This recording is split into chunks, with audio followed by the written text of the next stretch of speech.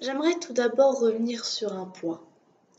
Pour certaines personnes ici, se demander s'il faut condamner ou non un dictateur peut paraître un non-sens. Quand on sait ce qu'ils ont fait, quand on sait les horreurs qu'ils ont perpétrées. Pourtant, les dictateurs sont des êtres humains. Franco est un être humain. Et comme tout être humain, il a le droit à un procès. Même si cela peut paraître révoltant. Même si lui n'a pas fait preuve d'autant d'humanité. Même si lui n'a pas autant respecté la loi. Si ce n'est celle martiale, une loi qui divise le peuple espagnol en deux catégories, ceux qui ont les armes et ceux qui subissent.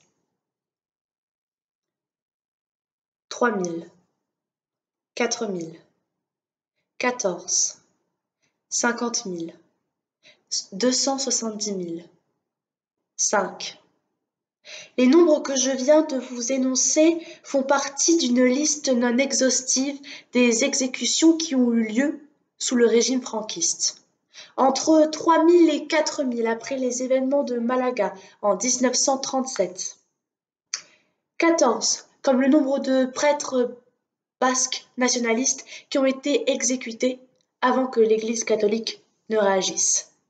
50 000 prisonniers des geôles franquistes ont été exécutés. Parmi 270 000 personnes enfermées, certaines sont mortes dans les conditions de vétusté des lieux. 5. Comme les 5 tribunaux militaires qui ont été construits sous Franco pour toujours plus bâcler les procès et renier les vies humaines qui étaient auditionnées. Et je ne vous parle pas des fusillés du camp de la Bota, des événements de Vitoria, du massacre de Paracuelos del Yarma ou encore de celui de Badajoz. Il n'y a pas lieu à tergiverser. Le régime institué par Franco n'avait pour d'autre but que de mettre en place un système judiciaire en faveur de la répression hostile des communistes, des forces judéo-maçonniques, des anarchistes.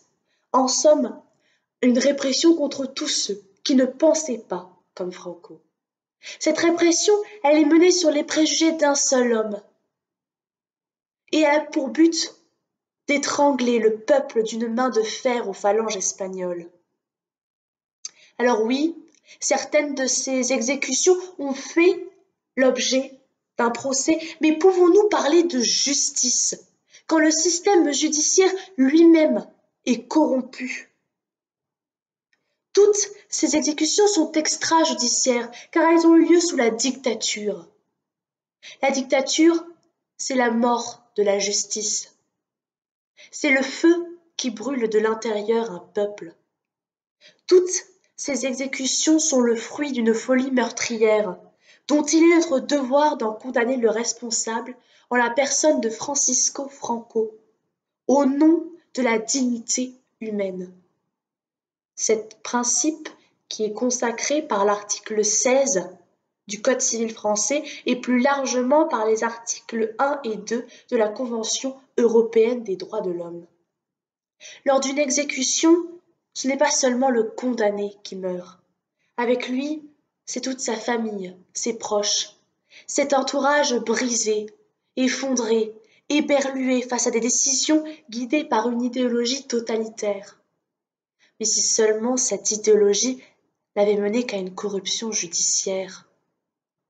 Malheureusement, certains destins ont été plus pires, plus terribles si cela est encore possible.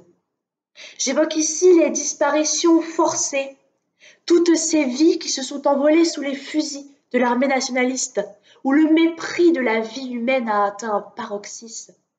Quand ces corps mitraillés sont laissés à même le sol, telle la dépouille du chien qui vient de mourir au bord de la route. Il s'agit de plus de 100 000 vies ôtées, dont on pouvait encore lire sur les pâles visages la terreur blanche qui les a foudroyés. Certains d'entre eux sont retrouvés dans des fosses communes, et commune est la douleur de leurs familles qui ne savent pas où repose le corps de ceux qu'ils ont aimés. La terre d'Espagne est gangrénée de ces corps enfouis dont les disparitions restent irrésolues. Je pense ici à Rafael Guillermo Moreno, dont la mort suspecte a été conclue par un suicide. Mais c'est plutôt son militantisme anti-franquiste qui lui était fatal. L'époque franquiste, c'est l'époque de la jeunesse qui meurt pour ses idées. C'est l'époque où un peuple meurt car il a osé parler, car il a osé élever la voix, et qu'on déshumanise au point de ne même pas exhumer ses citoyens dans le respect. Alors, que vuole la questa gente? Que veulent les gens? Ils veulent la justice pour soulager leur âme. Ils veulent avoir un lieu où se recueillir. Ils veulent que leur mort ne soit pas en vain. Dans une société toujours plus en proie à la cancel culture, il est de notre devoir de nous remémorer, même si cette mémoire est horrible, honteuse, inhumaine. Pour cela, il faut condamner Francisco Franco à la peine de perpétuité. Cela peut paraître peu, cela peut paraître trop humain pour ce qu'il a fait, mais cette peine, c'est la revanche de la justice, de l'humanité sur la dictature.